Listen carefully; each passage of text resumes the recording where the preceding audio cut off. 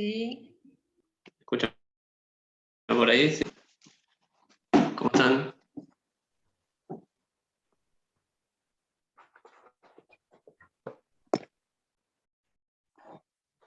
Sí, se escucha. ¿Me entiende? De corrido, lo voy diciendo. Les pediría también que, en la medida que puedan, algunos de ustedes tengan cámaras prendidas, por mí, en el caso de algún problema de conexión, darme cuenta si me quedo hablando solo, y eso sucede cuando sus caras se paralizan, o más o menos marcha bien. Con cámaras apagadas no me puedo dar cuenta de ese tipo de problemas, que esperemos no tener, pero no son raros.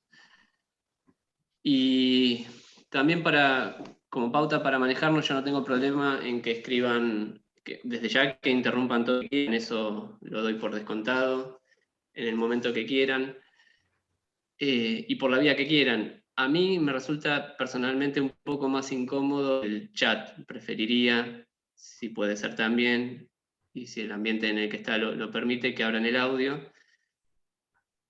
Y en todo caso le pido a alguien más, si lee que hay algún mensaje de chat, me interrumpe, me lo hace saber, lo leemos y seguimos, porque yendo a abrir el chat, leerlo y volver, me distrae un poco, no es algo que esté muy canchero. No sé si, bueno, ya estaríamos más o menos en horario. Esta es la primera clase, así que no sé qué convocatoria vamos a tener. Creo que son varios. Si les parece, para ir ganando tiempo, podemos comenzar con algunas cuestiones de la materia, explicar algunas cuestiones que tienen que ver con eso.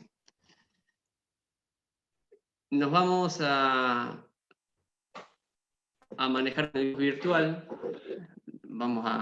El campus va a ser una herramienta fundamental a lo largo de la cursada, y ahí vamos a estar subiendo el cronograma de clases de la materia, si no es que está subido ya. No sé si alguno de ustedes ha podido entrar.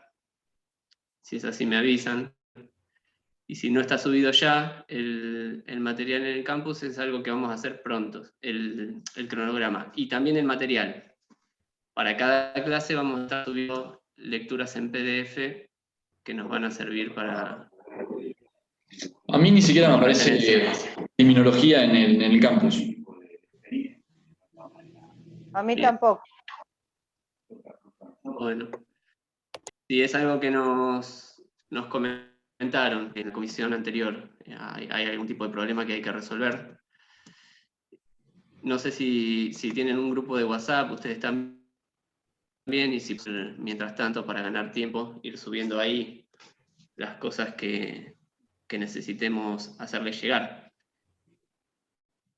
Pero supongo que si sabemos que ese problema está, supongo que será transitorio, vamos a tratar de que se solucione lo antes posible. Pero bueno, les decía, va a estar el cronograma de clases, va a estar el material de lectura también, va a estar el programa de la materia. En realidad los dos programas de la materia, y esto es una solución que hay que hacer también, acá confluyen algunos compañeros y compañeras que están en el plan viejo, inscriptos en el plan de estudios viejo de carrera, donde nuestra materia es optativa y cuatrimestral, y otros que están en el plan nuevo, donde la materia es bimestral y obligatoria. Así que la idea es, para no dar dos cursadas en simultáneo, ahí veo una mano levantada. Emilia, ¿puede ser? Bueno, en todo caso me abrís el micrófono. Les decía, para no dar dos cursadas en simultáneo, la idea es agregar todo en uno. Vamos a dar todo el contenido de la materia a lo largo de 2 meses, bimestral, y quienes estén inscritos en el plan viejo, que tienen asignadas más horas de cursada, van a tener que hacer para la segunda mitad de la materia un trabajo para aprobar la cursada, ¿sí? Así alcanzamos la cantidad de horas de dedicación que exige el plan viejo en un régimen cuatrimestral. Los del plan nuevo terminan con el examen teórico, ¿sí? El examen va a ser, en principio, presencial.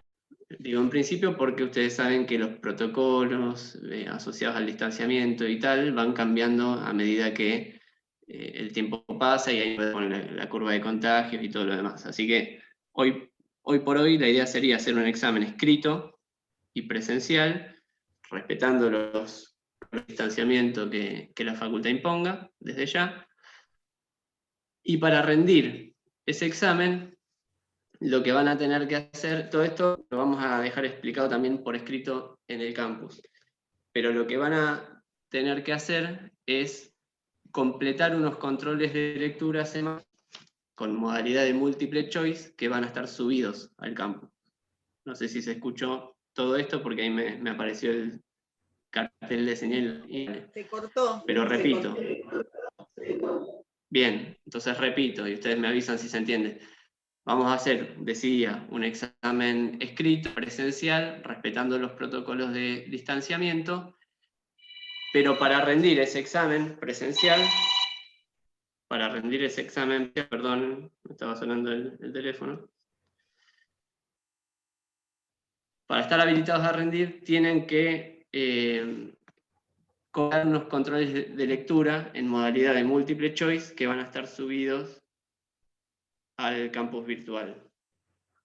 Es decir, semanalmente va a aparecer un múltiple choice en el campus virtual, serán 3 o 4, porque tenemos más semanas, pero semanalmente van a estar ahí los controles de lectura y ustedes lo tienen que completar. No necesariamente aprobar, pero todos tienen que estar terminados para después habilitados y habilitadas a rendir. ¿Se entiende?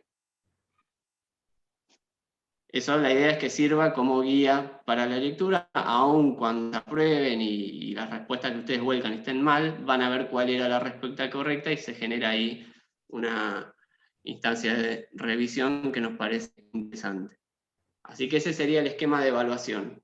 Controles de lectura semanales, obligatorios, no necesariamente llevarlos, pero sí hacerlos, y eso los habilita a rendir el examen parcial, final sería presencial escrito. Ahí terminan quienes están en el plan nuevo, y quienes están en el plan viejo para la segunda mitad del cuatrimestre entregan un trabajo práctico que ya les subiremos en todas las consignas. ¿Se entiende el esquema? Por cualquier consulta tenemos varios canales de comunicación. Nosotros, bueno, hay un mail que ahora después se los escribo en el chat, es criminologiamdp@mail.com, pero está el campus con sus canales de chat y mensajería y demás. Y tienen también la página de Facebook y de Instagram del grupo de investigación Crítica Penal, que pertenece a la cátedra, donde hay, es interesante, ustedes pueden ir siguiendo un montón de actividades extracurriculares en este cuatrimestre y de acá en adelante, si es que les interesa el estudio y el análisis de las cuestiones vinculadas a la materia. Se están publicando ahí permanentemente las actividades que desde el grupo de edición se organizan y en las que se participan, jornadas, seminarios. De hecho, el lunes que viene hay una presentación de un libro de un autor que se llama Esteban Rodríguez, y bueno, quedan todos y todas desde ya invitados. Todo ese tipo de información también lo tienen disponible en las redes Facebook e Instagram del grupo Crítica Penal. Después también vamos a dejar un link para ambas páginas en el campus. ¿Tienen alguna pregunta sobre estas organizativas? ¿Algo que les parezca interesante que yo no estoy mencionando? Si no fuera así, vamos a arrancar con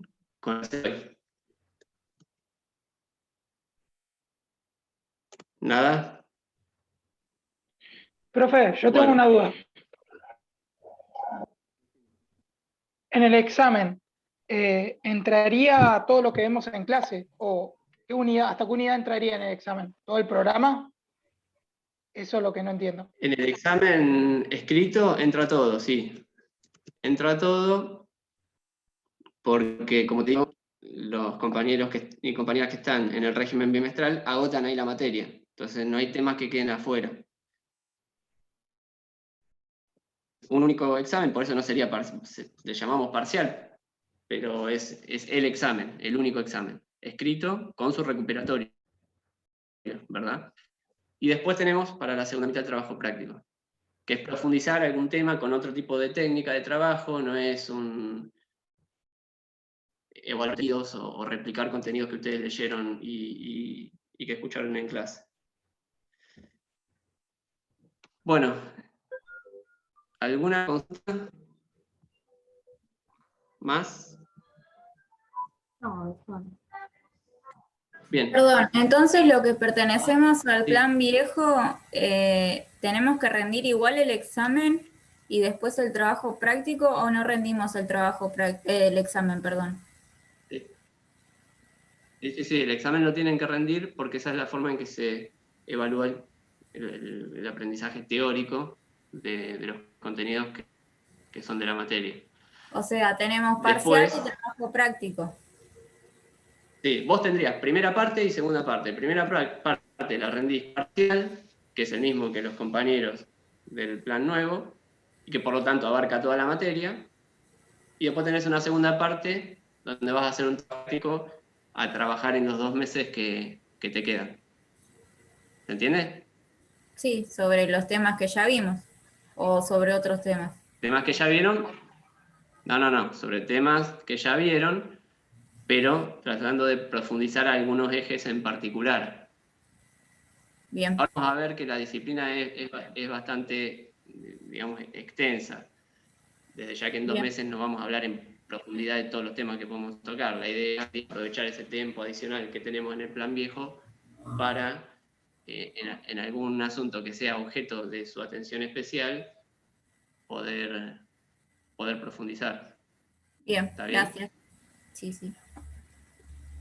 Bueno, si les parece entonces vamos a empezar con el contenido. Como toda clase inaugural, hoy tendríamos que ver los típicos temas que aparecen en una bolilla 1 de cualquier programa de estudio, que obviamente son temas introductorios. La idea sería pasar acerca de algunas cuestiones epistemológicas, metodológicas y conceptuales muy básicas, con el objetivo de ir explicando de manera más sencilla y llevadera posible qué es la criminología y a qué se dedican los criminólogos. Pero además de eso, además de dar los contenidos de la bolilla 1, los contenidos introductorios y presentación de la materia, deberíamos también dar los primeros pasos en el recorrido de la materia y avanzar sobre los siguientes 2 puntos que aparecen en el programa de estudios, las siguientes 2 unidades, que son la criminología liberal y el activismo criminológico. Así que ese sería panorámicamente el recorrido de la clase de hoy. Con eso vamos a empezar por tomar una definición, una primera noción de lo que es la criminología, que quizás sea una definición muy genérica, quizás sea imprecisa, y que seguro que es polémica porque no todo el mundo estaría de acuerdo con esta idea, pero que nos va a servir para romper el hielo. Vamos a empezar diciendo que la criminología es una disciplina que se enfoca especialmente en el estudio del delito y en el estudio de las prácticas, discursos e instituciones asociadas al control del delito. Repito, a la criminología le interesa estudiar especialmente el delito y las prácticas, discursos e instituciones asociadas al control del delito. De esta manera, la criminología sería un campo de saber que gira alrededor de 2 preguntas fundamentales. Por un lado, la pregunta de qué sucede realmente con el fenómeno de la delincuencia en nuestra sociedad. Por ejemplo, con qué cantidad y con qué tipo de delitos convivimos, dónde y cuándo suceden esos delitos, por qué es que suceden, por qué ocurren, y cómo podemos prevenirlo, qué hacemos con las personas que delinquen como sociedad, ¿no es cierto? Repito, todo un eje asociado a lo que sucede realmente con el delito. Y en segundo, un segundo eje de interés de la materia es qué sucede realmente con la reacción social frente al delito. ¿Cuáles son los mecanismos sociales de respuesta frente al delito? ¿Cómo funcionan las instancias de control del delito?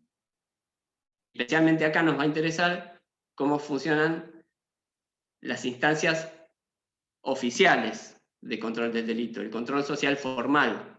Me refiero a las agencias del sistema penal, cómo funcionan realmente la policía, la justicia y la cárcel. Sí. ¿Había un micrófono por ahí? Bueno. Entonces, decía, vamos a estudiar la realidad del delito y vamos a ver la realidad de la respuesta frente al delito. Y fíjense que en ambos casos hablamos de la realidad, del delito, repito, y del delito. Me interesa subrayar esto de la realidad porque en la clásica oposición entre ser y deber ser, nosotros nos vamos a situar en la criminología del lado del primero, del plano del ser. Vamos a privilegiar una mirada de tipo sociológica que tiende a describir los fenómenos que nos interesa estudiar. Tiende a pensar cómo son esos fenómenos, qué características y qué alcances tienen. Es una mirada descriptiva, insisto, que se opone a la mirada normativa, a la mirada propia de las ciencias jurídicas y legales, que lo que hace es prescribir cómo las cosas tienen que ser. ¿Sí? Nosotros estamos mucho más acostumbrados a último, a estudiar el deber ser, y eso es lógico. Nosotros como futuros abogados y abogadas en la Facultad de Derecho recibimos un entrenamiento profesional que nos prepara para intervenir ante conflictos sociales e intentar solucionar esos conflictos sociales utilizando la herramienta fundamental que es la ley. Interpretamos la ley y aplicamos con el objetivo de solucionar los conflictos que tenemos frente a nosotros, que tenemos que gestionar y tramitar, ¿no? Eso es lo que hacemos cuando ya estamos recibidos. Aunque visto de afuera pudiera parecer que solo litigamos, solo movemos papeles y expedientes, no hay que perder de vista que detrás de esos papeles, detrás de esos expedientes hay personas de carne y hueso que tienen problemas, que nosotros estamos tratando de gestionar y resolver, que se pueda, interpretando y aplicando la ley. Esos conflictos que gestionamos y sobre los que trabajamos pueden tener distintas naturalezas. Si es un conflicto patrimonial, vendrá el derecho civil a intentar solucionarlo. Si es un conflicto derivado de una relación, hasta el derecho de familia. Si es un conflicto derivado de una relación de empleo, tenemos al derecho laboral. Y en el caso del derecho penal y el derecho procesal penal, recurrimos a ellos cuando los conflictos que estamos abordando se caracterizan por la nota sobresaliente de la violencia, ¿sí? Ya sea porque se juzgan conductas individuales, conductas humanas, que son violentas, o porque se juzgan conductas individuales, conductas humanas, que son percibidas con mucha preocupación por el resto de la sociedad, y entonces el Estado reacciona de una forma especialmente violenta, utiliza su arma más destructiva, que es la pena. ¿Y por qué destaco esto? Porque, bueno, de alguna manera, si de esto se ocupan el derecho penal y el derecho procesal, lo mismo hace la criminología. Es decir, vamos a mirar más o menos los mismos problemas, pero lo que cambiamos es el enfoque. O si quieren, lo que cambiamos es, vamos a utilizar otro punto de partida, otro vocabulario. ¿En qué lenguaje hablamos los penalistas? Hablamos en el lenguaje de las abstracciones, de los conceptos legales y normativos y sus interpretaciones. Los todos, en cambio, hablan en un lenguaje empírico, ya no de las abstracciones, sino de las descripciones. ¿Sí? No sé si se entiende la idea, pero para mejor pensemos en algún ejemplo, algún tema que ustedes hayan visto.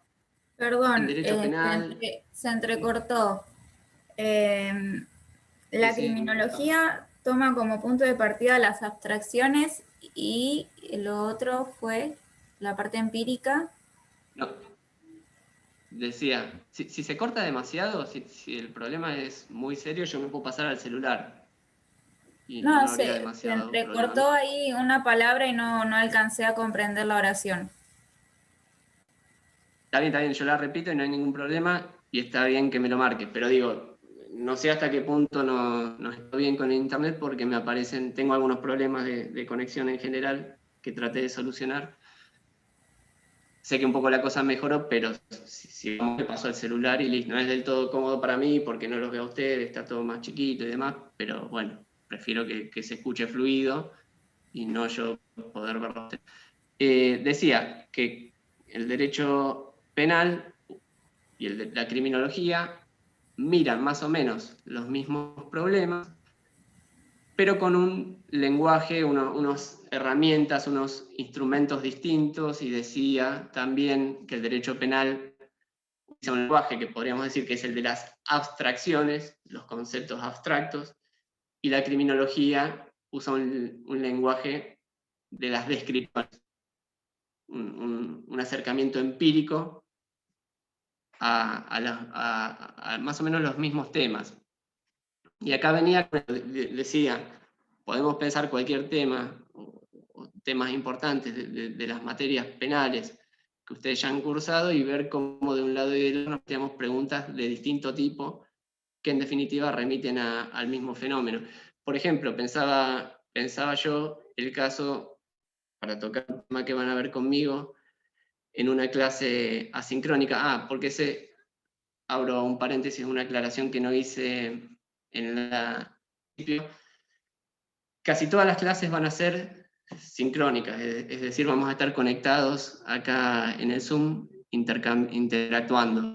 Pero ahí donde aparece algún feriado, vamos a tratar de no perder las clases, aprovechando que tenemos la herramienta del campus, y subiremos videos y subiremos la lectura para hacer una clase asincrónica. Y después dejamos en algún Zoom un momento para preguntas y repaso de esas clases que fueron asincrónicas, que igual van a tener videos, ¿sí?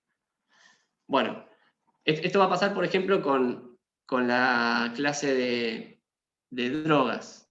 Cuando cursamos Derecho Penal, parte especial, analizamos e interpretamos el contenido de la Ley 23737. Estudiamos qué tipos de conductas están ahí como delictivas, cuáles son las exigencias del tipo objetivo y el subjetivo de esas figuras, cuáles son los momentos de la consumación de los delitos, si es posible o no las tentativas de cada uno de los delitos, qué pena hay que aplicar en cada caso, si esas penas son proporcionales, si hay problemas de constitucionalidad en algunas figuras, si interviene la justicia federal o interviene la justicia provincial, luego de la ley de desfederalización, etc. En la criminología vamos a conversar cosas distintas, vamos a remitirnos al problema de las políticas de drogas, pero, sí, Santiago, ¿levantaste la mano? Sí, acá en el chat escribieron. ¿Lo leo? Dale, decí. Un Sí, sí. ejemplo podría ser cuando se tipifican los delitos, se usa un lenguaje abstracto, y cuando se hablan concretamente de la cantidad de delitos, ¿es empírico? Sí, sí.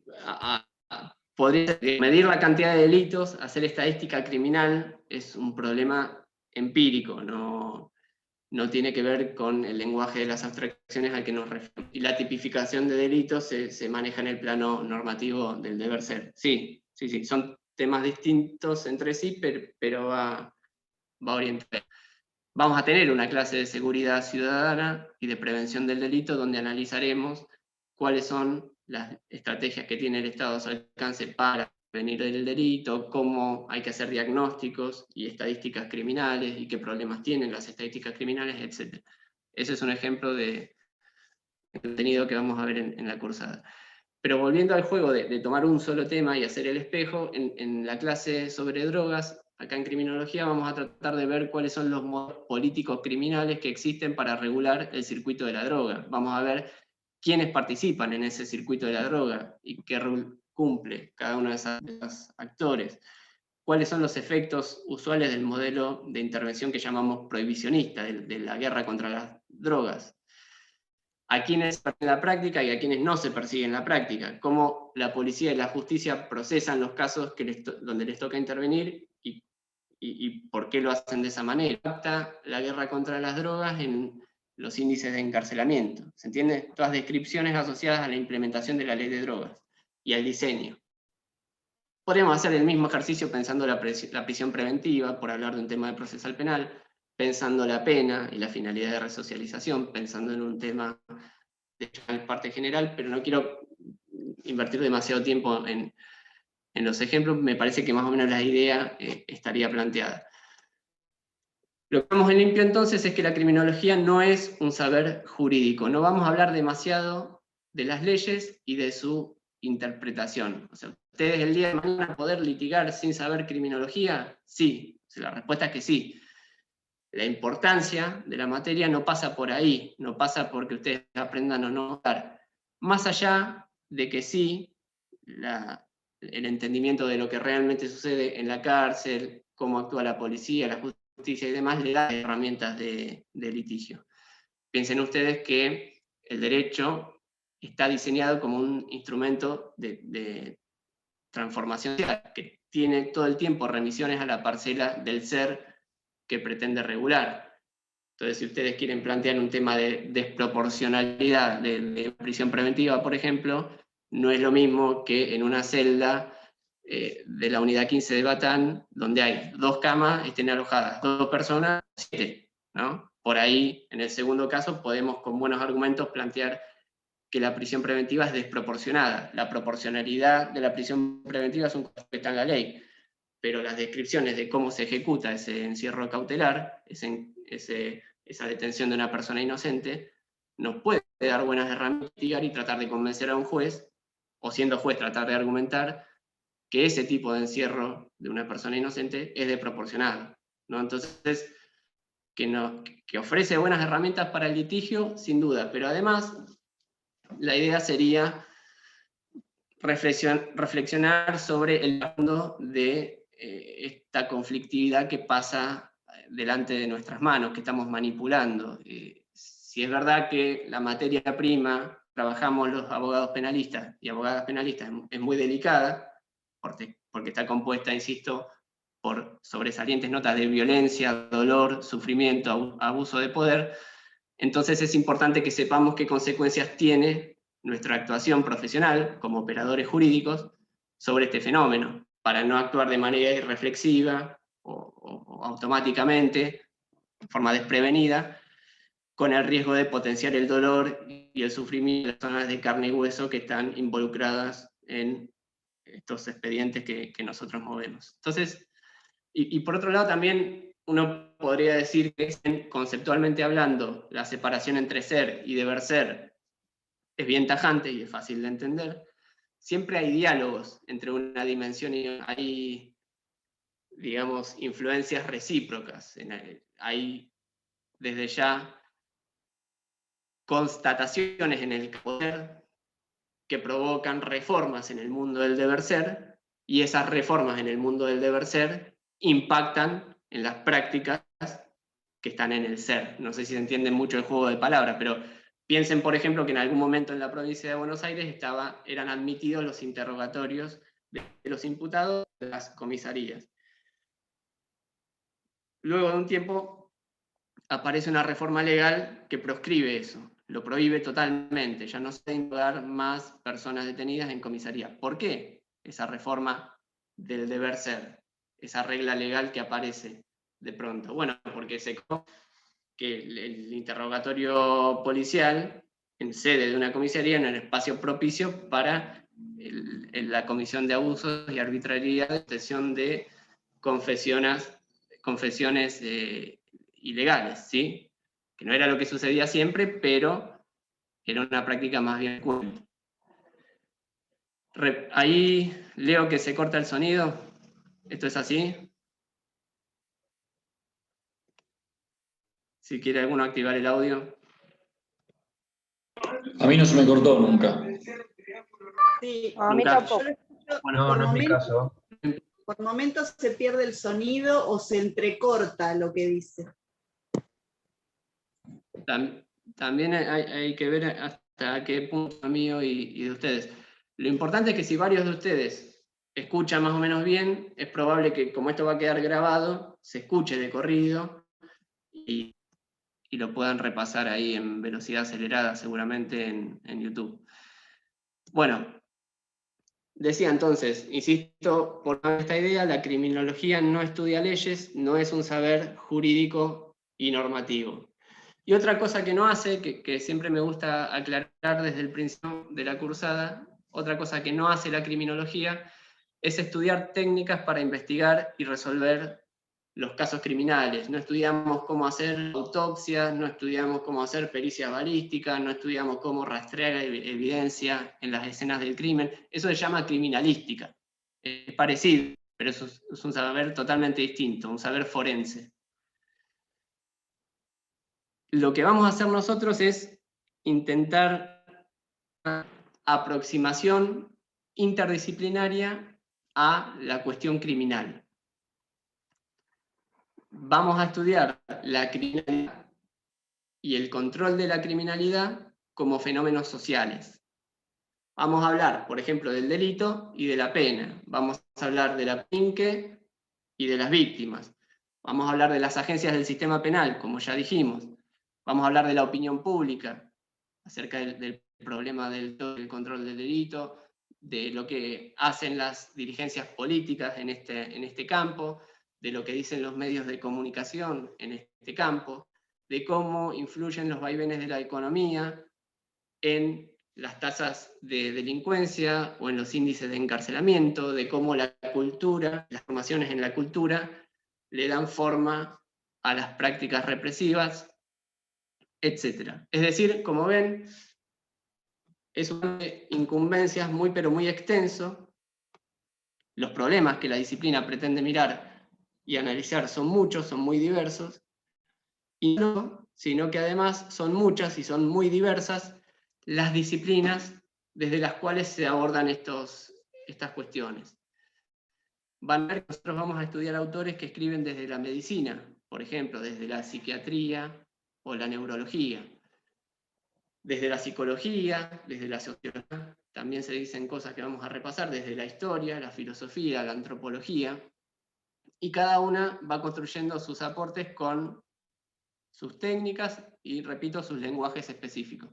Entonces, para ordenar un poco estas ideas que vamos a ir viendo, terminar naufragando en un océano de problemas muy grandes y diversos y de disciplinas muy distintas entre sí, vamos a tratar de simplificar el contenido de la disciplina, diciendo que en general cualquiera de las teorías criminológicas que ustedes van a ver puede caer a alguna de las 5 grandes corrientes que le dan contenido a la materia, que son su columna vertebral. Hay 5 grandes corrientes que son como estanterías conceptuales, digamos, donde podemos acomodar prácticamente cualquier cosa que se diga en la criminología. Esas corrientes son, en primer lugar, la ilustración o el iluminismo, en segundo lugar el positivismo, luego el funcionalismo, en cuarto lugar el interaccionismo simbólico y por último el marxismo. La primera parte de la cursada, las primeras clases, o mejor dicho, los primeros puntos del plan de estudio. Disculpe, doctor. Sí. ¿Puede repetir las corrientes, por favor? Ilustración, igual esto queda grabado, pero no hay problema. Ilustración, positivismo, funcionalismo, interaccionismo simbólico y marxismo. La primera parte del programa de estudios están presentadas todas estas corrientes. Y se sigue un orden cronológico de presentación, es decir, nos vamos introduciendo en cada una de ellas a medida que fueron apareciendo históricamente, por orden de aparición. La idea, en este recorrido, por estas 5 grandes corrientes, es construir una caja de herramientas conceptual que nos sirva para después analizar algunos problemas específicos que aparecen después en el programa de estudios. Después vamos a ver sociología de la cárcel, sociología de la policía, sociología de la justicia, políticas de drogas, sistema penal juvenil, sistema penal y género, políticas de seguridad urbana, criminalidad compleja, criminalidad del poder. Y la idea es, todo esto es mucho más entretenido desde ya que el recorrido teórico, pero el recorrido teórico lo hacemos no porque sea divertido, sino porque una vez que lo terminemos vamos a tener algunas herramientas, como decía recién, algunos instrumentos conceptuales que aplicaremos en el análisis de aquellos problemas específicos, ¿sí? Ese sería el sentido de cómo está estructurado el plan de estudio. Ahora bien, las escuelas de pensamiento, esas 5 grandes corrientes que mencionábamos hoy, están corriendo el tiempo para lograr una posición de predominio o hegemonía en la disciplina. O sea, dicho de manera muy vulgar, esas 5 grandes corrientes están a los codazos entre sí, en permanente tensión, disputándose este campo de saber que es la criminología. Cada una de ellas dirá que la criminología tiene un determinado contenido y debe seguir un determinado método de trabajo, ¿no? Le propone un contenido a la materia y sugiere que la metodología de estudio de la materia será alguna de las que va bien. Ya vamos a ver qué es lo que dice cada uno de esas corrientes en concreto. Hay que hacer una breve reflexión de por qué sucede esta disputa, digamos, qué sentido tiene, qué utilidad tiene, qué importancia tiene la materia, como para que estemos discutiendo los que siguen los modelos de pensamiento ilustrados o la criminología con los positivistas, después esto con los funcionalistas con los interaccionistas. ¿Por qué, digamos? La respuesta tiene que ver con que la criminología está compuesta por un conjunto de ideas que se supone que nos permiten entender mejor algunos fenómenos asociados a la violencia social, por lo que dijimos antes. Entonces, la criminología académica, que está integrada por teorías que se consideran más o menos serias o científicas, tiene la función de incidir en las maneras en que se administra el poder punitivo estatal, ¿no? Y esto nos remite a una idea más general que habrán visto quienes cursaron sociología, que para poder perdurar en el tiempo, toda forma de ejercicio de poder necesita un saber, necesita un cuerpo de conocimiento, necesita un discurso, un sistema de creencias, una doctrina que lo legitime, que lo justifique. Una relación íntima entre poder y saber, ¿no? Eso sucedía, por ejemplo, en la Edad Media, con el poder absoluto de los reyes, a quienes se obedecían, no tenían a su disposición los ejércitos, sino porque también estaba muy arraigada la concepción, la doctrina que presentaba al rey como representante de Dios en la tierra. Entonces, no solo se obedece al rey por la fuerza a través de su ejército, sino porque el pueblo en general, los súbditos en general, consideraban que estaba bien, estaban convencidos de que había que obedecer al rey porque era Dios en la tierra, ¿no? Y de esa manera las formas de ejercicio de poder de la monarquía se solidifican y perduran en el tiempo de una manera mucho más consistente. Bueno, algo parecido pasa con el poder punitivo. Si yo quisiera, ya en los momentos contemporáneos, combatir el delito aumentando las penas, o reinsertando la pena de muerte, o bajando la edad de imputabilidad, o instalando cámaras de seguridad en la calle, o cualquier medida que a ustedes se les ocurra, siempre necesito un discurso que sea convincente y que permita generar ciertos consensos, ciertos acuerdos acerca de que estas medidas están bien y hay que tomarlas, ¿entiendes? Y la criminología construye discursos que sirven para justificar y legitimar, o para criticar y deslegitimar las formas en que se administra el poder punitivo. Tampoco vamos a caer en la ingenuidad de pensar de que solo la criminología académica influye en estos temas. También está lo que se llama criminología mediática o criminología del sentido común, que después hablaremos sobre eso. Pero cada una tiene un ámbito de influencia. Por ejemplo, en el ámbito de la formación de operadores del sistema penal y justificación formal de las decisiones del sistema penal, tiene mucho peso la criminología académica. Un juez no fundamenta sus sentencias en lo que la gente cree, o lo que la gente, un político sí quizás oriente sus decisiones en función de eso. O que el mismo juez puede orientar sus decisiones en función de eso, pero la justificación formal de esa misma decisión pasa por otros carriles, y su formación pasó por otros carriles. Entonces, a lo que voy con todo esto es a apuntar todas las teorías que vamos a ir viendo a lo largo de la cursada, tienen una fuerte vocación de repercusión e impacto práctico. Esto ténganlo siempre presente. Vamos a ver a lo largo de la cursada ideas y teorías y pensamientos que algunos más aburridos que otros, algunos más rebuscados que otros, algunos más interesantes que otros.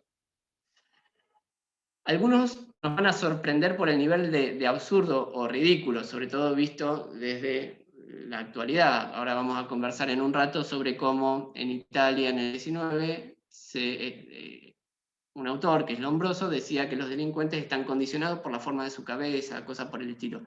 Hoy no podemos reír de eso. En el siglo XIX se ejecutaba gente sobre la base de estas concepciones. Entonces, ninguno de los discursos que veamos es inofensivo, que quede más o menos planteado. No son elaborados porque sí, todos tienen la pretensión de influir tarde o temprano en decisiones políticas, y todos tienen la vocación de transformarse en guías para la acción de los actores del sistema penal en sus cotidianas, ¿no? Entonces, es una disciplina con fuerte vocación práctica. ¿Vamos bien hasta acá? ¿Alguna pregunta? Yo diría después una cosa más sobre, en los otros temas que tenemos que ver, sobre esas 5 grandes corrientes. Les dije que en el programa de estudio, ellas están presentadas de manera secuencial y siguiendo un orden cronológico, a medida que fueron apareciendo. También me gustaría hacer un paneo muy general sobre su contenido, remarcando que al principio la criminología tiene una fuerte vocación de buscar las causas del delito, una fuerte preocupación de estudiar y analizar cuáles son las causas del delito.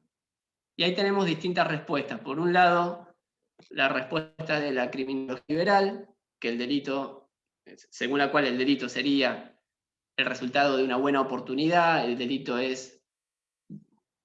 sucede por buen negocio, porque promete más beneficios que perjuicios a la persona que lo comete.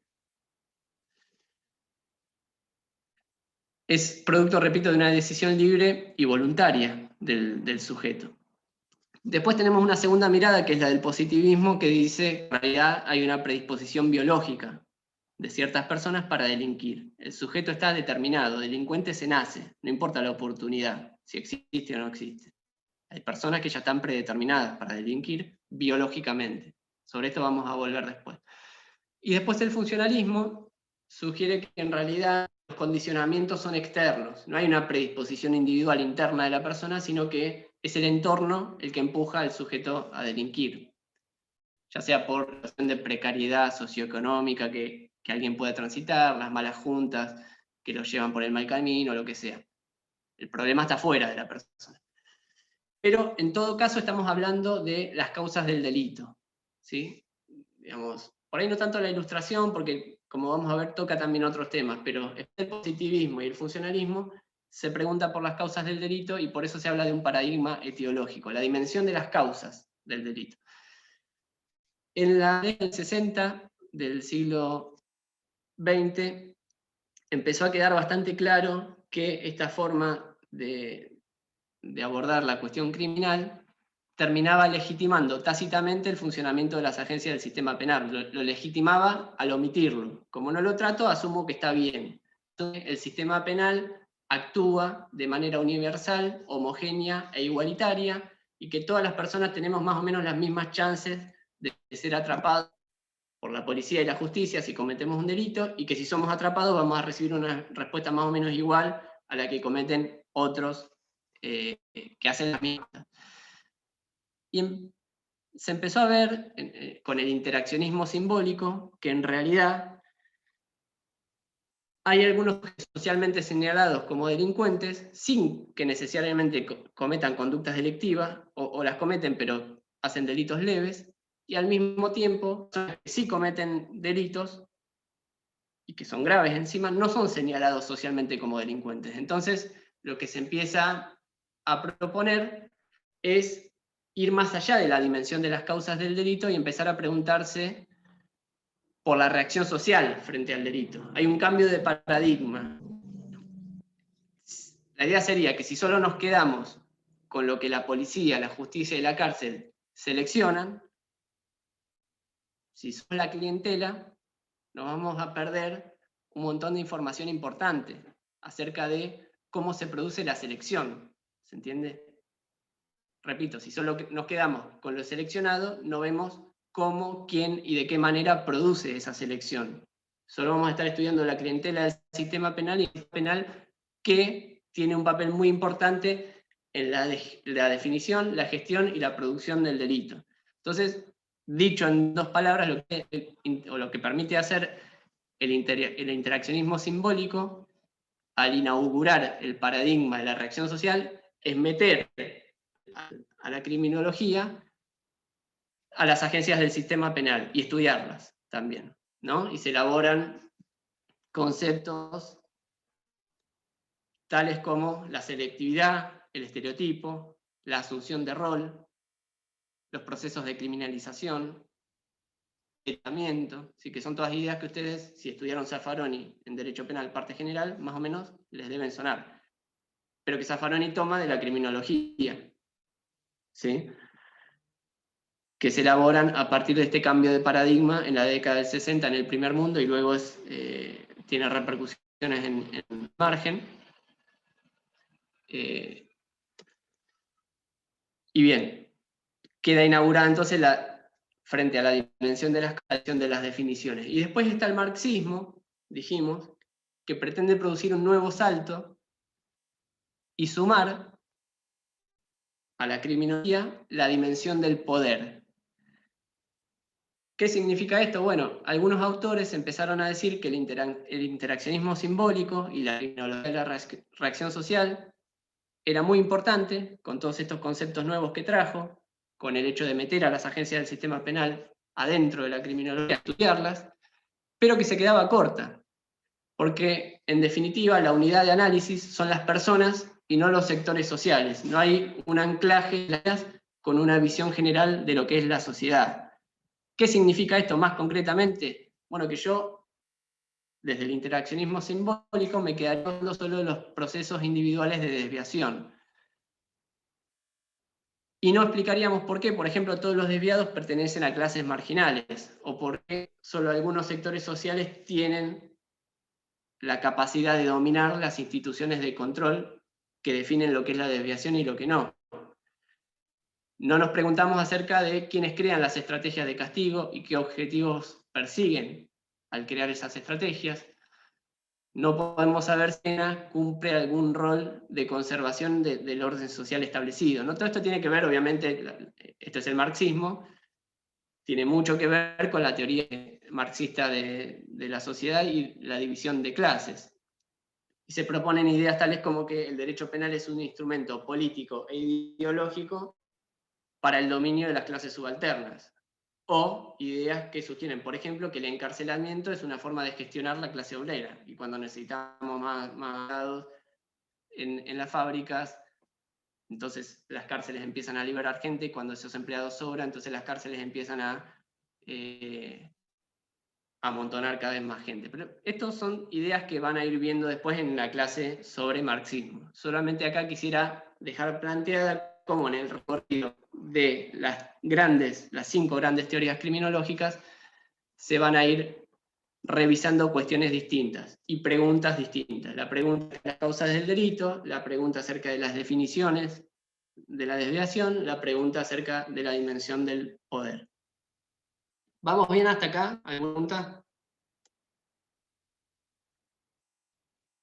Bien, porque lo que haríamos ahora es hablar de las 2 unidades siguientes del programa, que están presentadas distintas según ustedes sean plan viejo, plan nuevo. En el plan viejo creo que son unidades independientes, en el plan nuevo son puntos distintos adentro de una unidad, pero no importa. La idea es que vamos a hablar de la criminología liberal y clásica y la unidad positivista. Acá estamos haciendo una compresión de temas, una simplificación muy grande, porque para que ustedes se den una idea, antes, cuando la cursada era cuatrimestral, dábamos una clase de introducción, una clase de criminología liberal y una clase de criminología positivista. Ahora tenemos que ver todo junto en una, ¿no? Eso de todas maneras no es del todo problemático por distintas razones. Por un lado, porque son temas muy fáciles de entender, los que vamos a hablar ahora.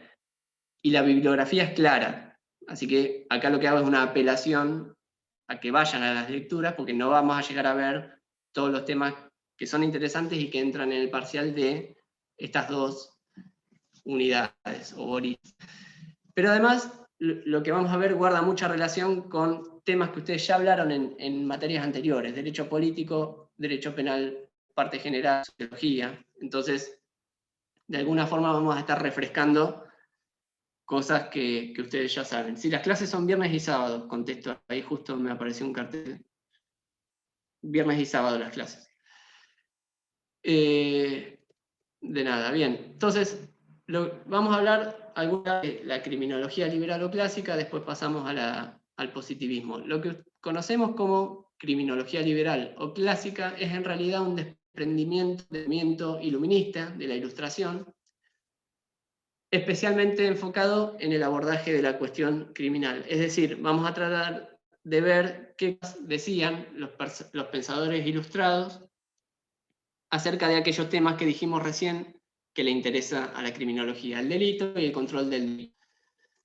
Ustedes saben, y por eso decía que estamos navegando sobre contenidos que vieron en otras materias, saben que la Ilustración lo que hizo fue construir todo un aparato teórico, ideológico y discursivo que la burguesía en su momento utilizó para enfrentar la doctrina religiosa que servía de base de legitimación para el antiguo régimen absolutista. Es decir, en la Edad Media se decía, participamos hace un rato, que los reyes eran los representantes de Dios en la tierra y que la religión debía funcionar como fuente de todo conocimiento. Contra esto vienen a discutir quiénes, los banqueros, los comerciantes y los industriales, que integran la burguesía y que se querían posicionar como nueva clase hegemónica.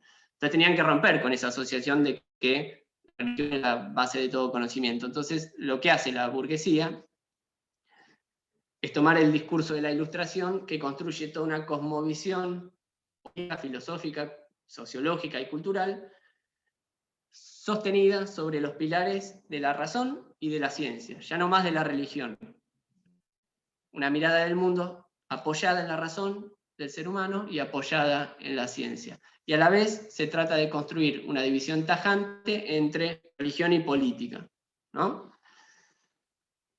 Después, bueno, todo el andamiaje teórico de la Ilustración parte de un núcleo teórico de premisas fundamentales de las que se van deduciendo sus consecuencias concretas. Es decir, hay unos puntos de partida conceptuales que después se extraen distintas derivaciones.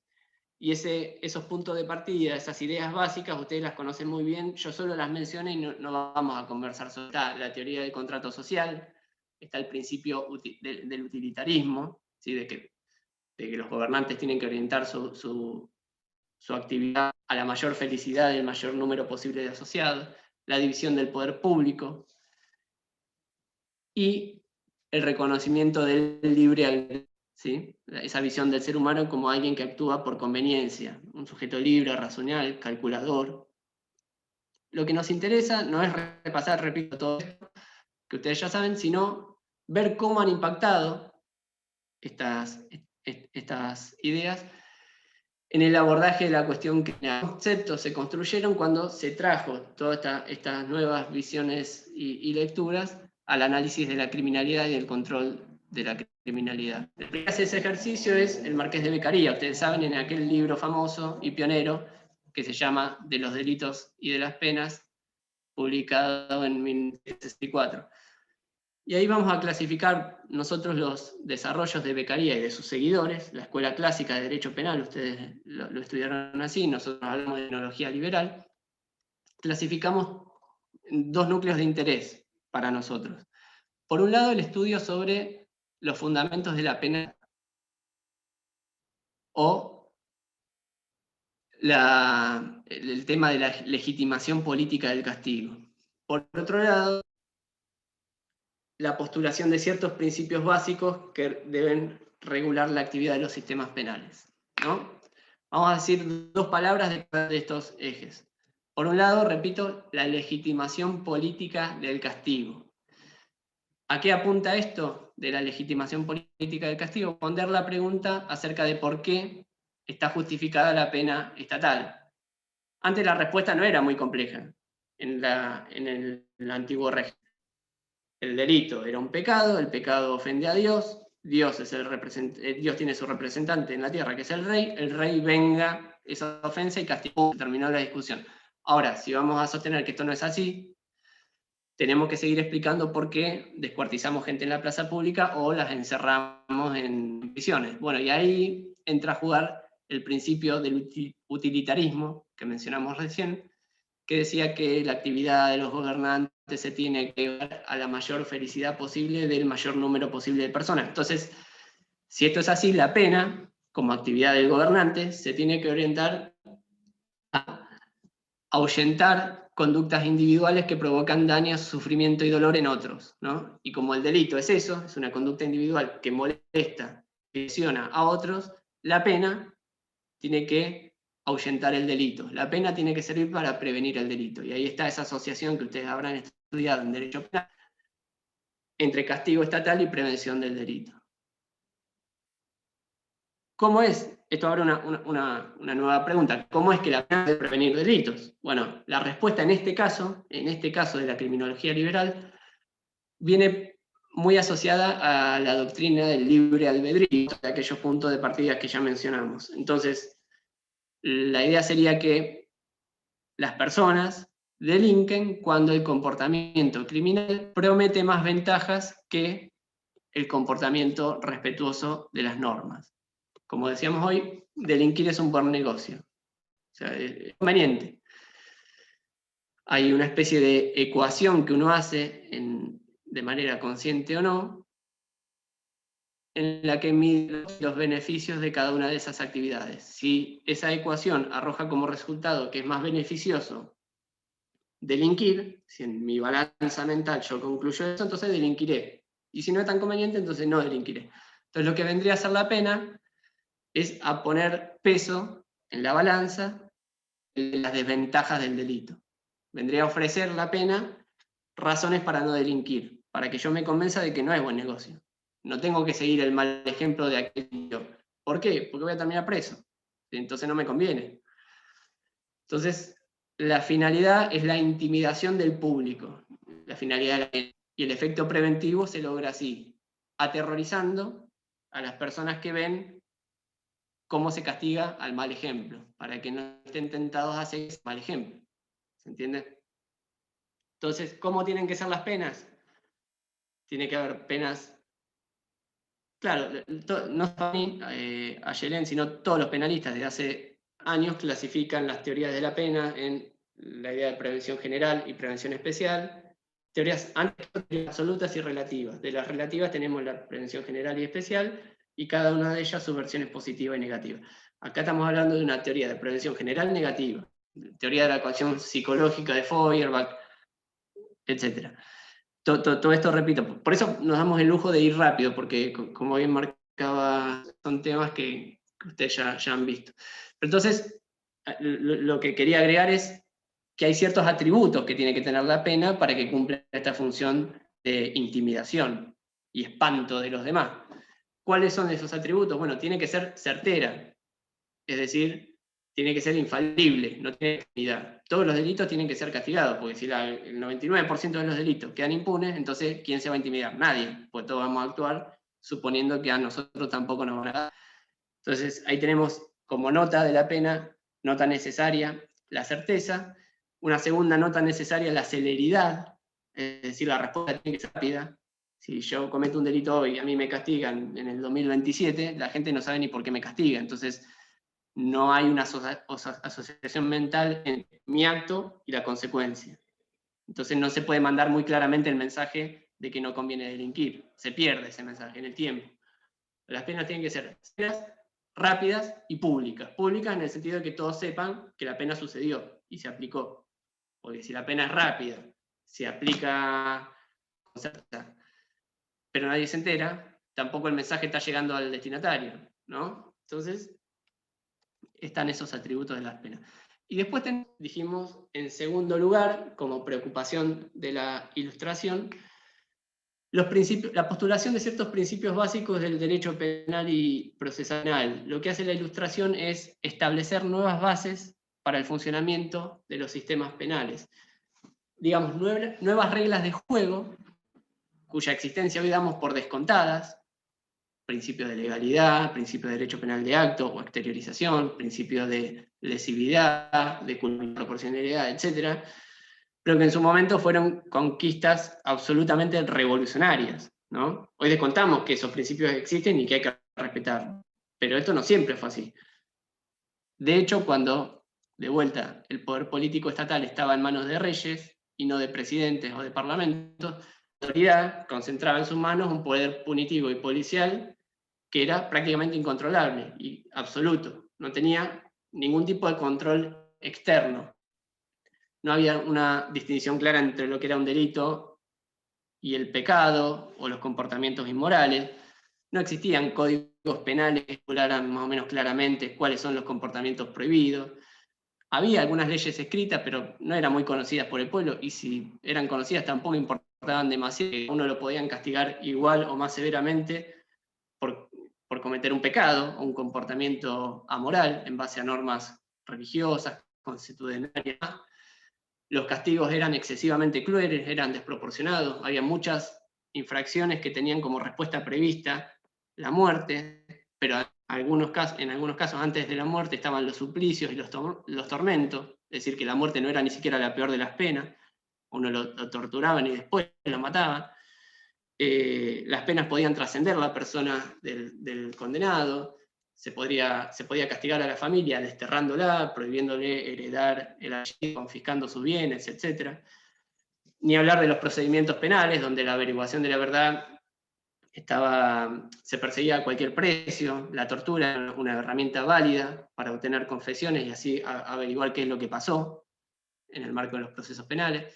Entonces, contra todo esto, repito, los autores ilustrados, y efectivamente sus ideas terminan triunfando y hay un impacto histórico inmenso. En unos pocos años, los sistemas penales de la Edad Media sufrieron unas transformaciones gigantes. Escribe muy claramente Foucault en las primeras páginas que ustedes conocerán de Vigilar y Castigar, donde muestra cómo en unos pocos años de descuartizar gente en las plazas públicas pasamos a encerrar gente en lugares oscuros, grises, alejados de la mirada pública, que son las nuevas prisiones. Una forma de castigar totalmente nueva y las penas mucho más piadosas, benignas, humanitarias. Se suprimen las torturas y los tormentos también. Se crean unas nuevas burocracias alrededor de las prácticas de de castigo y encierro y demás. Entonces, pensando en qué sentido de utilidad práctica puede tener todo este recorrido histórico que yo sé que les aburre, porque además son temas que conocen. Bueno, por un lado, la utilidad práctica de todo esto viene asociada al hecho de que esos principios están consagrados en nuestras constituciones. Nuestra Constitución de 1853 tiene una clara inspiración liberal, y nuestro Código Penal también. Nosotros estamos tan familiarizados nosotros y nos suena tan común todo esto de la lesividad, el derecho penal de acto, la legalidad, la culpabilidad, la proporcionalidad, porque los trabajamos todavía hoy todo el tiempo. Entonces tiene repercusión práctica, ni hablar de cómo la teoría del garantismo penal a partir de Ferrajoli revive todas estas lecturas, pero además es interesante pensar cómo algunas visiones, algunas propuestas fuertemente punitivas que se elaboran en la actualidad y que son presentadas como en realidad no son novedosas. O sea, uno puede estar de acuerdo o no con, por ejemplo, reinstalar la pena de muerte o la tortura seguida de muerte como pena en la República Argentina. Lo que no puede decir es que eso es algo nuevo o una idea novedosa, ¿no? Estamos pretendiendo volver cuando proponemos siglos para atrás. Que repito, puede estar bien o puede estar mal. Lo que no hay dudas es que lo moderno es el respeto de las garantías. La humanidad en algún momento dijo basta de torturar gente y matarla como respuesta, por ejemplo, a delitos menores. Basta de la tortura como forma de averiguación de la verdad. Después, digamos, el derrotero nos llevó hasta acá y algunos seres sociales están convencidos de que conviene volver. Pero lo que tiene que quedar claro es que eso significa un retroceso. O por lo menos que no son ideas nuevas. Un retroceso terminológico. Repito que no son ideas nuevas. Después hay toda una discusión que yo voy a postergar sobre por qué se produjo la transición de las formas sangrientas y visibles de castigo en las plazas públicas hacia las prisiones. Algunos simplemente dicen que la humanidad se puso más sensible con el iluminismo. Otros tienen el marxismo, y por eso lo postergo este debate. El marxismo dice que no, que la aparición de la prisión como forma de castigo resultó conveniente a los banqueros, comerciantes o industriales, y está muy ligada al fenómeno de la producción en fábricas. Solo lo voy a dejar planteado así porque no nos va a dar el tiempo para hablar 2 palabras de positivismo, pero sepan que hay distintas miradas de por qué se produjo esta transformación en las prácticas de castigo. Porque antes hacíamos esto y aquello, del castigo sangriento y demás, y ahora no. Ahora usamos las prisiones, que no existieron desde siempre, las prisiones, por otra parte. Pero bueno, esa cuestión. ¿Alguna pregunta sobre esto de escuela liberal clásica? Vamos a pasar en el poco tiempo a hablar de positivismo, pero por lo menos quería ser esquemático en la presentación de qué cosas nos interesa que sepan de la escuela clásica. Dijimos que el interés es la legitimación política del castigo y por qué serviría la pena para prevenir delitos y toda la idea de la intimidación y tal, y eso asociado al albedrío, al utilitarismo. Eso me parece que son temas bastante amenos. Y segundo, la postulación de los principios liberales y su impacto práctico. ¿Podemos pasar al positivismo? Bueno, sí. Decía recién que la escuela liberal tiene un fuerte impacto en el contenido positivo de nuestra Constitución. También es una fuente de inspiración fundamental de nuestro Código Penal de 1921, que 1.200 millones de reformas mediante todavía está bien.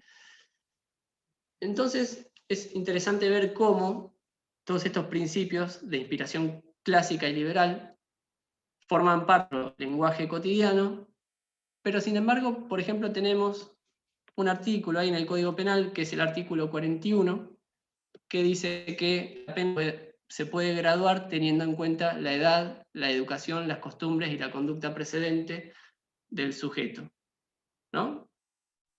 De modo que si un juez hoy en Argentina dijera, bueno, entre 1 mes de prisión o 6 años de prisión, la escala penal del robo, yo voy a aplicar 6 años y no un mes, hay bastante diferencia, se puede ver a simple vista, basándome en las malas costumbres de la persona, su mala educación, su conducta precedente, ¿no? Su peligrosidad, la peligrosidad está esa palabra escrita ahí.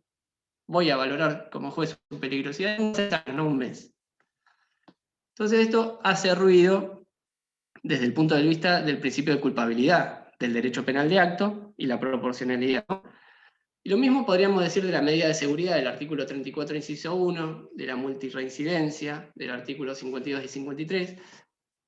Hay algunos instrumentos legales que se parecen llevar bastante mal con los principios liberales de nuestra Constitución y del propio Código Penal. Entonces, ¿cómo es que se explica que están ahí? Si el Código tiene inspiración liberal. Bueno, estos conceptos de peligrosidad, de juzgar personas y demás, son acuñados en un determinado momento histórico a la luz de otra corriente, de otro tipo que viene a discutir con el discurso liberal, que es el discurso positivista. Sobre lo que vamos a decir algunas en lo poco que queda. El positivismo lo podríamos presentar como una corriente, una escuela de pensamiento que concibe a la criminología como una disciplina, como una rama del conocimiento que está destinada al estudio científico y experimental de las causas del delito. Y que al mismo tiempo, en ese estudio científico y experimental de las causas del delito, se detiene especialmente el sujeto delincuente. ¿Sí? Es decir, la criminología es una ciencia que se tiene que dedicar a esto, al estudio de las causas del delito, y cuando las busque, tiene que hacer especial pie en la persona que delinque. Eso sería dicho muy simplificadamente el positivismo. Preguntamos cuáles son los factores que hacen que se dispare este tipo de conducta criminal. Después también vamos a pensar cómo podemos ver el delito, una vez que sepamos por qué el delito ocurre. Entonces, para que cualquier postulado o teoría que ensayemos pueda ser etiquetada como positivista, tiene que reunir 3 requisitos. Por un lado, tiene que adscribir a lo que se llama paradigma etiológico. Tiene que haber paradigma etiológico. Después, en segundo lugar, tiene que adherir a un enfoque individual y biológico. Respetar un paradigma etiológico, adherir a un enfoque individual y biológico, y respetar también el método de estudio científico y experimental. Ahora vamos a repasar estos 3 elementos. El primero es paradigma etiológico. Es algo que suena medio raro, lo planteamos así porque en la bibliografía está presentado así, pero es lo mismo que mencionamos antes, podríamos haber dicho paradigma causalista. Es la idea sencilla de que la criminología se tiene que ocupar de buscar las causas del delito.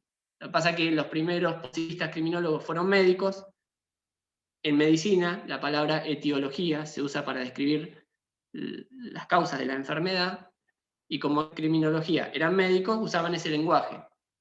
Hablaban de etiología, a la persona encarcelada se la diagnostica, diagnóstico también, un concepto médico, se pronostica cómo va a evolucionar la persona en su tratamiento y se aplica la terapia. Como si fuera una enfermedad, pero para el delito. Mismo vocabulario y por eso hablamos de etiología y no de causalismo, pero es lo mismo. ¿Puede la criminología hacer otra cosa? Sí, puede estudiar cómo funciona la policía, cómo funciona la justicia, cómo funciona la cárcel, qué pasa con la cultura, qué pasa con los medios, bueno, un montón de cosas más. Para los positivistas, criminología. También dijimos que a la hora de la búsqueda de las causas del delito, los positivistas otorgan siempre un papel fundamental al individuo delincuente y se detienen en sus aspectos psicológicos, psiquiátricos, biológicos y genéticos. Es decir, en otras palabras, el problema del delito está en el cuerpo, en la mente o en la personalidad del delincuente. Hay una predisposición individual, hay una patología, volviendo al lenguaje médico, una enfermedad. Porque asumimos que la mayoría de las personas no delinque. los positivos saben que la mayoría de las personas no delinquen, entonces hay una cierta anormalidad de aquellos que sí delinquen. Y como esa anormalidad es biológica, porque la tendencia es interna, la tendencia a delinquir, puede salir de distintos lugares esa tendencia, de acuerdo a la teoría que uno tenga. Puede ser el bajo coeficiente intelectual, el tipo de personalidad agresiva o impulsiva, los trastornos de déficit atencional, el alcoholismo, la drogadicción, problemas neurológicos, genéticos. De acuerdo a la teoría que uno quiera leer, al autor que uno quiera leer, distinta será el elemento que explica la causa del delito. Pero el esquema es mirar a la persona que tiene algún problema que le impide comprender bien la ley, o si comprende la ley, impide ajustar su conducta a los mandatos legales. Entonces, como hay ahí una cierta anormalidad biológica, estamos, en el caso de los delincuentes, ante seres inferiores, seres irracionales, seres intelectualmente retrasados. Por eso son teorías tendencialmente racistas, estas del positivismo, y bueno, estuvieron en boga, sobre todo en un momento histórico, que terminó en el Holocausto, ¿no? Y había cosas que se decían que acompañaban esos procesos sociales. Y lo que se decía tenía mucho que ver con este tipo de lecturas. Y después tenemos, en tercer lugar, ya hablamos del paradigma etiológico, hablamos del enfoque individual, y en tercer lugar, cosa que tiene que tener una teoría para ser positivista, es respetar el método científico y experimental. ¿Qué significa esto? Que para hablar, o sea, vamos a hablar de las causas del delito, nos vamos a detener en la persona, pero no cualquier cosa que yo diga va a ser tomada como válida, positivista. Yo tengo que respetar una forma de hacer ciencia. No puedo llegar a las conclusiones de cualquier manera. En el medio tengo que respetar un caminito. ¿Cuál es ese caminito? El experimento experimental, basado en la observación y en la inducción. Yo observo el fenómeno que quiero, pienso inductivamente cuáles son las leyes que rigen esos fenómenos y someto toda mi teoría a un control de la verificación. O sea, tengo que tener un contacto con la realidad. La ciencia es empírica. Esto tiene que ver, también se produce en un momento en que las ciencias naturales, por sobre las sociales, empezó a hacer ciencia social siguiendo los parámetros de las ciencias naturales y demás. Hay un trasfondo histórico y político que explica la situación, que ustedes habrán visto en derecho político y demás. Pero bueno, se termina despreciando cualquier conocimiento que no sea empíricamente verificable. Todo conocimiento que no sea empíricamente verificable será metafísico, será religioso, será filosófico, pero no es científico. ¿Qué significa todo esto? Bueno, están discutiendo los positivistas con los ilustrados y le están diciendo, mire, yo no vi a nadie firmar un contrato social. ¿Cómo hacemos un experimento para verificar que eso es así? ¿Dónde te atraigan? No existe. Es una idea que usted tiene, que para producirla, lo único que necesitó es papel, una lapicera y leer a otra gente que también tenía lapicera, pero no hicieron nunca nadie un experimento para ver si esto era así o no. Como hacen aquellos de las ciencias naturales que vienen haciendo progresar al mundo a pasos agigantados, la revolución y demás. Entonces, el libre albedrío, ¿cómo lo pruebo que existe?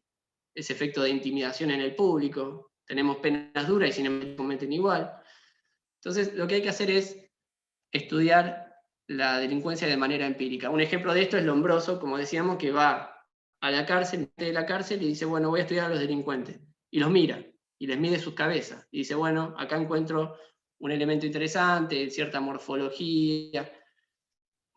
Podríamos hacer, digamos, Lombroso es el primero, pero después mucha gente más siguió su legado. Vamos a hablar un minuto, porque es el padre fundador de este movimiento. Lo que hizo, él era un psiquiatra italiano que estudió el delito desde la medicina. Y escribió un tratado que se llama El hombre delincuente, 100 años después, 100 y pico años después de Beccaria. Fíjense cómo cambia el eje de atención de los autores. Beccaria escribe un libro cuyo título es Los delitos y las penas, y en eso pensaba Beccaria fundamentalmente. Cómo tienen que ser las penas, por qué están justificadas, cómo tenemos que comprobar la comisión de delitos, qué reglas tiene que respetar la autoridad a la hora de perseguir y juzgar. El libro de Lombroso se llama El hombre delincuente, no me interesan tanto los delitos y las penas, me interesa la persona, porque ahí está el problema del delito. Entonces, la teoría de Lombroso es que los criminales son sujetos que no siguieron la evolución natural del ser humano y la herencia que recibieron no es normal, sino que se corresponde con estadios anteriores de la evolución. Tiene una lectura que remite a Darwin. Se trata de un atavismo en el sentido que tienen parecidos físicos con los antepasados. Les faltaría como un golpe de horno, se quedaron en el desarrollo humano, no ganaron del todo, y el razonamiento era más o menos el siguiente. Decían, como hay similitudes físicas entre el criminal y el hombre salvaje primitivo, ambos eran feos, parecidos a los monos, también sus actitudes y sus comportamientos son iguales, el hombre criminal y el hombre salvaje. Entonces, tanto uno como otro se caracterizan por su obrar impulsivo, su escasa inteligencia, su falta de temor, insensibilidad al dolor, su ausencia de comprensión a los sentimientos de la víctima, etc. Entonces, todo esto lleva a que el delito sea un comportamiento natural de estas subpersonas, digamos. Tan natural como alimentarse, reproducirse, dormir, bueno, delinquen, porque son así. No lo hace la oportunidad y la conveniencia, como decían los clásicos. Delincuente se nace. Repito, esto parece cómico, pero en algún momento, en algún lugar del mundo, se ejecutaba gente justificando las decisiones en base a estos postulados. Después evolucionó también, y hoy hablaremos de genética o neurología criminal. No vamos a medir cráneo, pero más o menos el razonamiento es el mismo. Lo que cambia es cómo se va puliendo la teoría. Lo interesante es remarcar que el problema fundamental de Lombroso, que lo que él hacía al dirigirse a las cárceles y observar a los delincuentes, era quedarse con los enanos, como decíamos al principio de la clase. En realidad,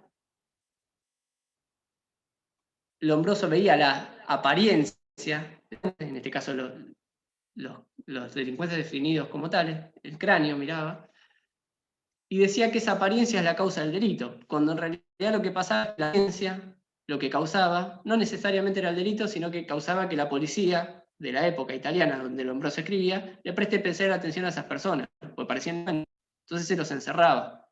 ¿Ellos eran los únicos delincuentes? No, y ese es el error que comete Lombroso, ¿no? El error metodológico. Por eso después su teoría nunca se pudo verificar en ningún lado. Porque si hoy vamos a ver los aspectos físicos y morfológicos de las personas que están encerradas en Batán, no tienen nada que ver con lo que decía Lombroso. Fíjense una descripción de un delincuente según Lombroso. Dice, la mayoría de los delincuentes natos tienen orejas en asa, cabellos abundantes, escasa barba, separados, mandíbula enorme, mentón cuadrado, etcétera, etcétera, etcétera. Los describe físicamente. El problema es que toda esta apariencia, repito, alertaba a la policía acerca de que esas personas son peligrosas y hay que encerrarlas. No era necesariamente la causa del delito, desde ya. Entonces, lo interesante es pensar que quizás muchas veces nosotros podemos caer en el mismo error que Lombroso, ver la apariencia de las personas que están encarceladas y pensar que esos son los únicos y que la causa del delito puede andar por ahí. O no su cabeza, ¿no? O la forma de su cara, pero sí ciertas actitudes, ciertas formas de pensar y de sentir y de ser. Esas actitudes, lenguaje, apariencia, forma de sentir, pensar, son lo que dispara la alerta en la policía y en la justicia de que ahí hay que actuar, ¿no? Ese sería el problema fundamental. Su forma de vestir, como dice, perfecto. Entonces, lo que quería era dejar marcado el problema fundamental de este tipo de miradas. Ustedes lean los sucesores de Lombroso. Los intérpretes de Lombroso decían que la criminología era una rama de la zoología. A ese nivel de racismo llega el discurso. Dicen mucho interesante sobre la mujer delincuente, como persona inferior al hombre incluso, pero no vamos a profundizar. Lean todo eso del material que dejamos en el campus. Lean también los aportes de Ferri, que es un abogado, ya no médico, pero lleva todas estas teorías al mundo del derecho. Después, obviamente, cada autor positivista tiene su clasificación de delincuentes. Bueno, no todos los delincuentes del Lombroso recibían inscripción, había otros, y a esos otros él los clasifica. Bueno, el delincuente nato verdadero es el que les describía recién. Después está el ocasional, el habitual, el loco moral, etc. Hay distintas clasificaciones, con los autores van cambiando. Vean también a Garófalo.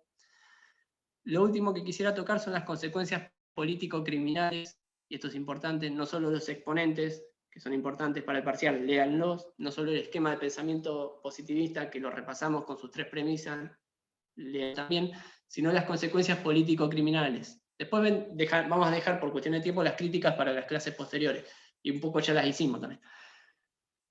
¿Qué consecuencias político-criminales tiene esta forma de pensar? Bueno, al igual que la ilustración, el positivismo articula sus ideas siguiendo la meta de la defensa social, entendida como la protección del Estado de orden constituido. El éxito del positivismo también es funcional a la burguesía, y eso tiene su justificación histórica, pero no nos vamos a detener ahí.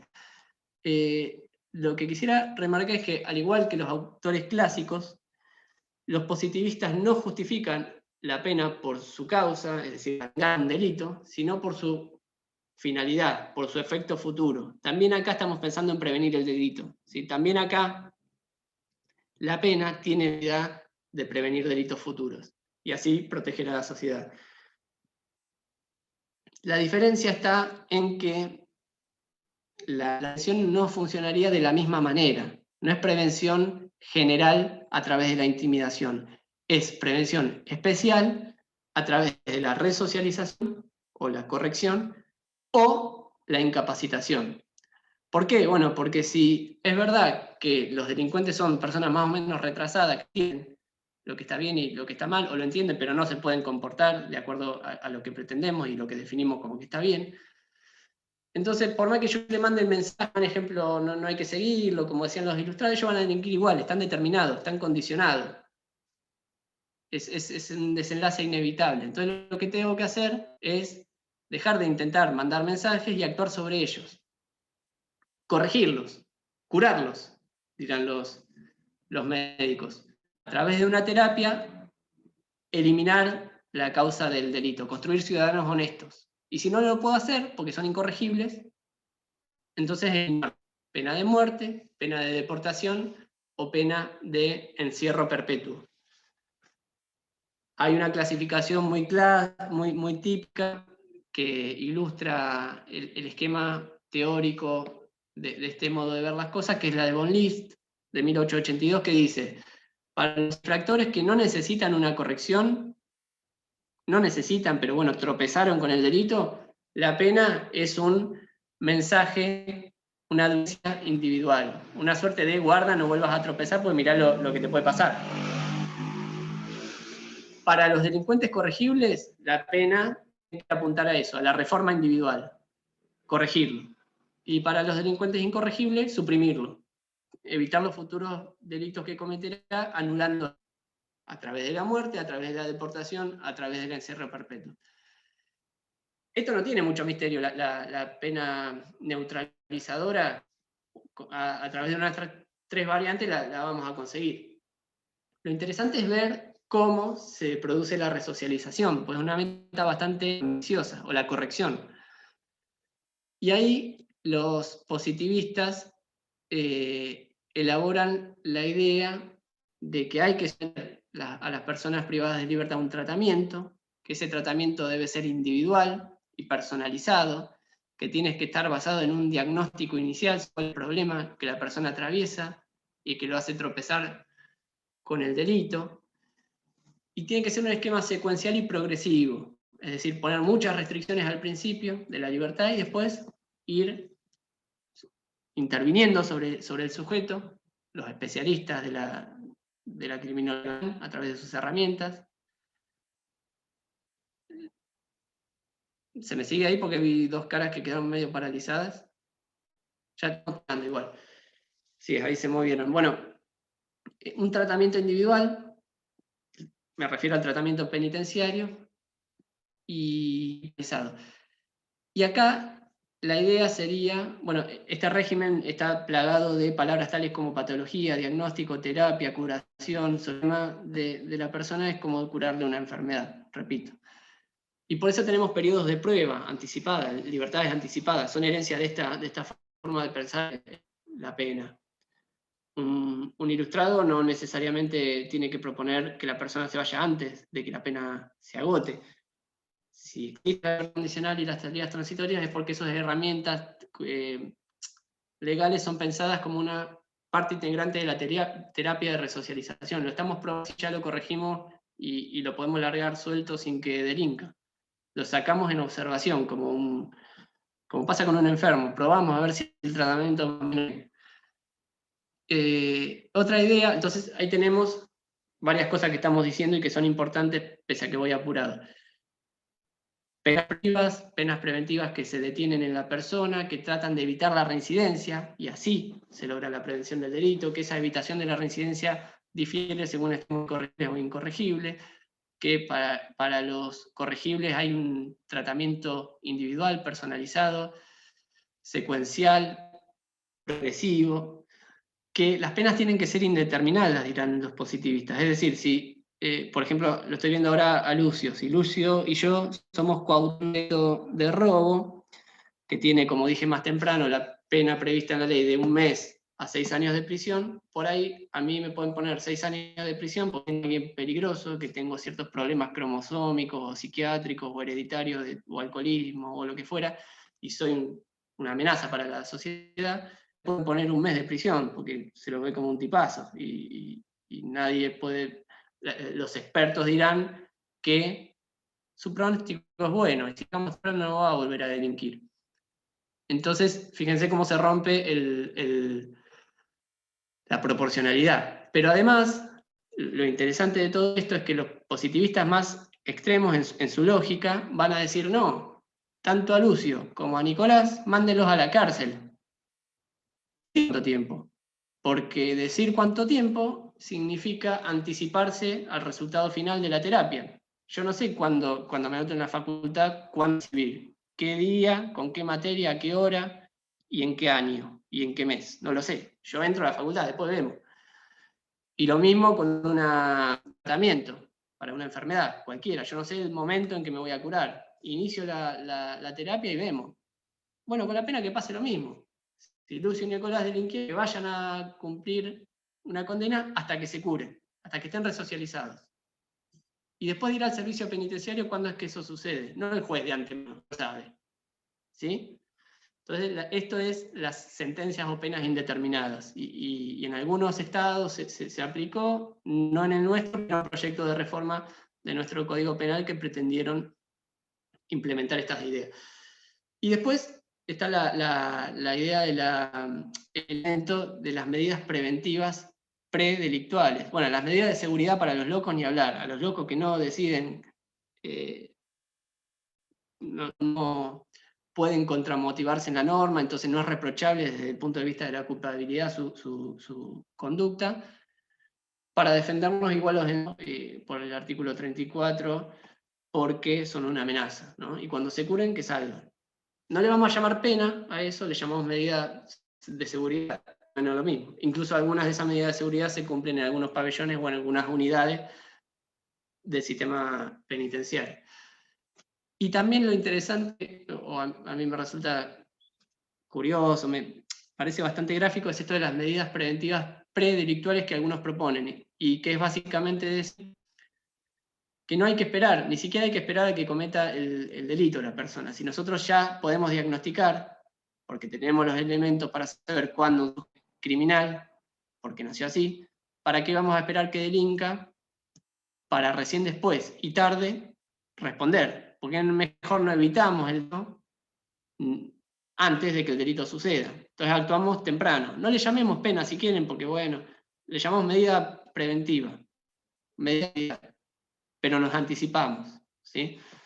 Entonces fíjense cómo cada una de estas propuestas, y repasen esto, porque es importante, y porque lo dijimos todo más o menos rápido, cómo desarma todos y cada uno de los principios, de esas reglas de juego que vienen establecidas por la criminología ilustrada, lo que llamamos escuela clásica del derecho penal.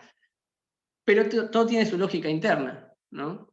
Uno podrá decir, bueno, esto es inconstitucional, porque nuestra constitución, bueno, porque tenemos la suerte de que nuestra constitución tiene inspiración liberal. Si tuviéramos una constitución de inspiración positivista, estas otras reglas serían perfectamente válidas. Fíjense cómo todo esto predispone a un sistema penal muchísimo más agresivo, ilimitado, autoritario. Se rompen los límites. Esto, repito, tiene su explicación histórica de por qué miradas más duras suceden a la Ilustración. Bueno, porque cuando los comerciantes, banqueros e industriales tenían que discutir contra la autoridad, querían límites a esa autoridad. Querían los principios liberales. ¿Para qué? Para que los reyes no los castigaran porque sí, no metieran presos políticos y demás. Ahora, ya triunfadas las revoluciones burguesas, y ya ejerciendo el poder estos mismos banqueros, comerciantes o industriales, y frente a la amenaza de que las revoluciones sigan progresando y avancen hacia una revolución socialista, socialicen los medios de producción, pierdan sus bienes y demás, bueno, ahora necesitamos ser duros contra el anarquismo, contra el comunismo, contra las tensiones y las protestas sociales y el desorden social que se vivía en aquella época, donde el capitalismo no tenía sus reglas de juego tan aceitadas, era un capitalismo duro y crudo, donde el empleador no había leyes laborales. Entonces, frente a eso, al descontento, frente al descontento, inquietudes, alborotos, protestas, huelgas y demás, y la necesidad de ser duros. No solo contra el delito, sino en general una autoridad fuerte. Y eso es lo que explica que el positivismo tenga tanto éxito en su momento. El se parece mucho, Lombroso dice cosas muy parecidas a unos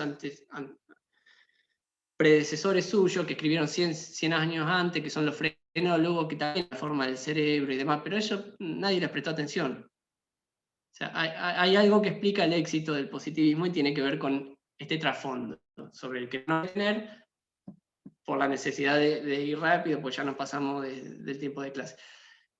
Pero lean esto también, el trasfondo que explica el éxito de estas miradas.